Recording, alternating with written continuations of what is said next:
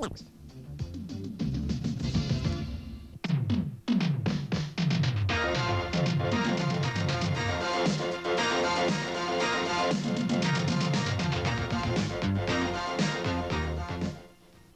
evening and welcome to Inside Iwakuni. I'm Lance Corporal Scott Pesca.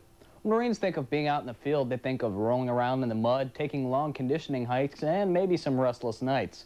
But some Marines of Marine Wing Support Squadron 171 got a different feel of being out in the field in Kawakami, Japan.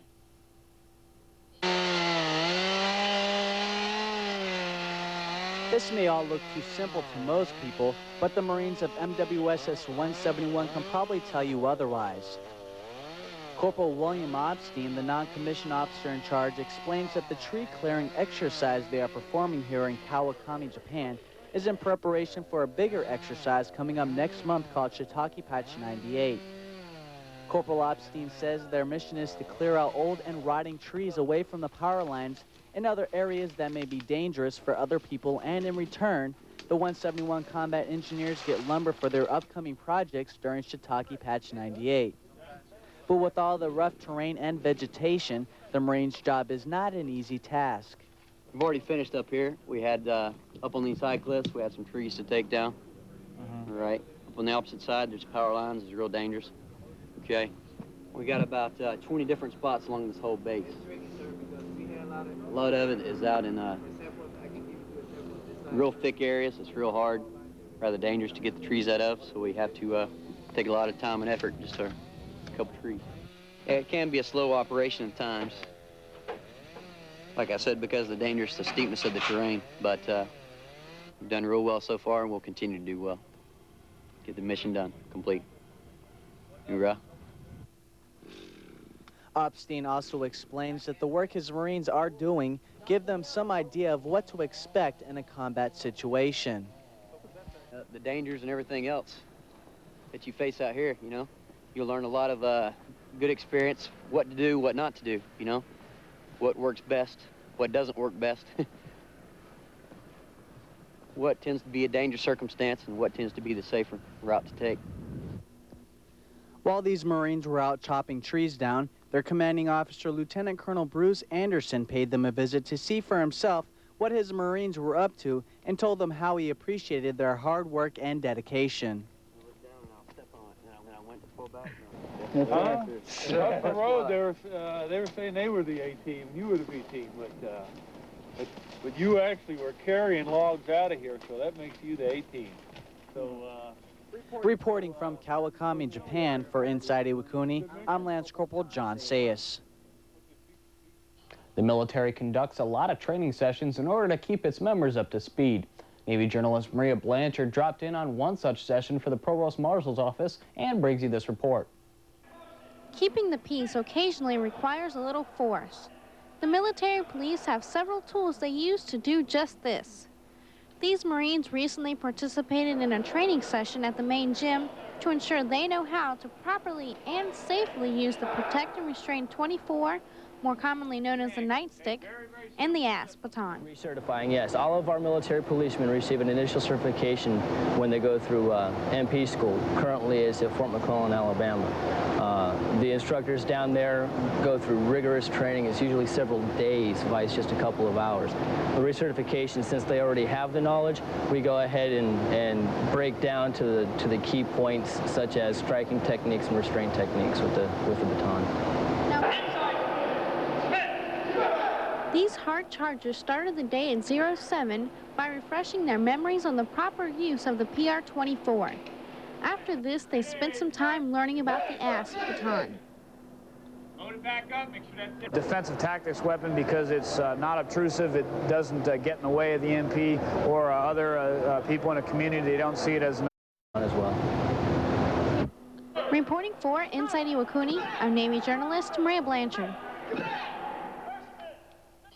The MAG-12 chaplain's office is presently accepting items such as clothes, toys, tools, linens, powdered milk, canned meat, and candy for a community relations project which is scheduled to be conducted in Thailand during the month of February. Contributions will be boxed and transported to Karat, where they will be distributed among 2 needy orphanages in the local area. All items should be delivered to the MAG-12 or Flightline Chaplains offices by January 28th. Agreements can be made for items to be picked up from your home. For more details, call the MAG-12 Chaplains office at 253-5212. Up soon is your Iwakuni Sports, but before that, the exchange rate and weather.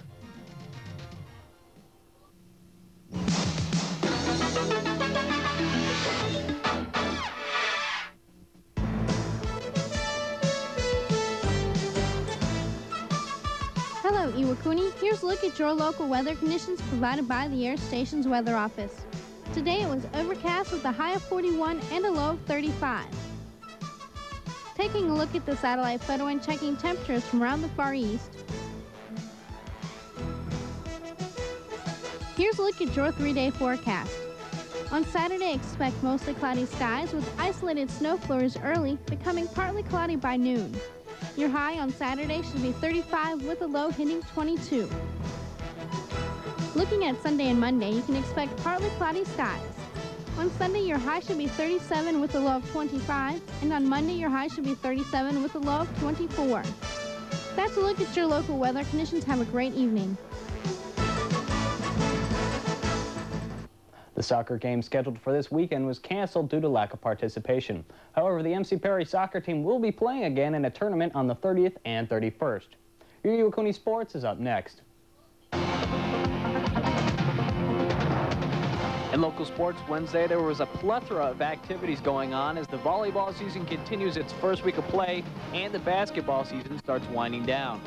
We'll first go to volleyball, where the first game of the night had Environmental taking on the lead, but Environmental was too strong on the spike and took the first game of the set. In the second game, PMO came out strong with some nice service points. Environmental came right back, though, showing their teeth and bringing PMO to their knees. Environmental continued their first week romp, winning the second game 15-9 and the match 2-0.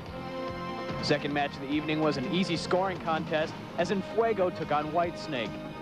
Whitesnake didn't bother showing up and gave Enfuego a 2-0 win. What's up with that? And in the final contest, QA took on AFN in a hard-fought battle. QA defeated AFN in 3 games, handing AFN their second loss in 2 days. Turning to basketball action, the Bulldogs and the Samurai battled for league positioning in the first game. The Samurai made some nice drives and great plays that stunned the Bulldogs. The Bulldogs recovered, though, and took over, using their power advantage inside and hitting from behind the arc. The Bulldogs took the 43-37 victory. The action continued in the second game as the Dragons took on the Lancers. The Lancers came out strong, hitting shots from all over. The Dragons put a stop to that, though, overpowering the Lancers and handing them another tough loss, 54-46. And in the last battle for basketball supremacy, Higher Ground took on the Hornets. Both teams combined for only 56 points, and the Hornets still managed to lose by 10, keeping them in the cellar of the league standings. That's all for your local sports. I'm Lance Corporal Scott Pesca. That's all for Inside Iwakuni. I'm Lance Corporal Scott Pesca. From everyone here at AFN, have a good evening.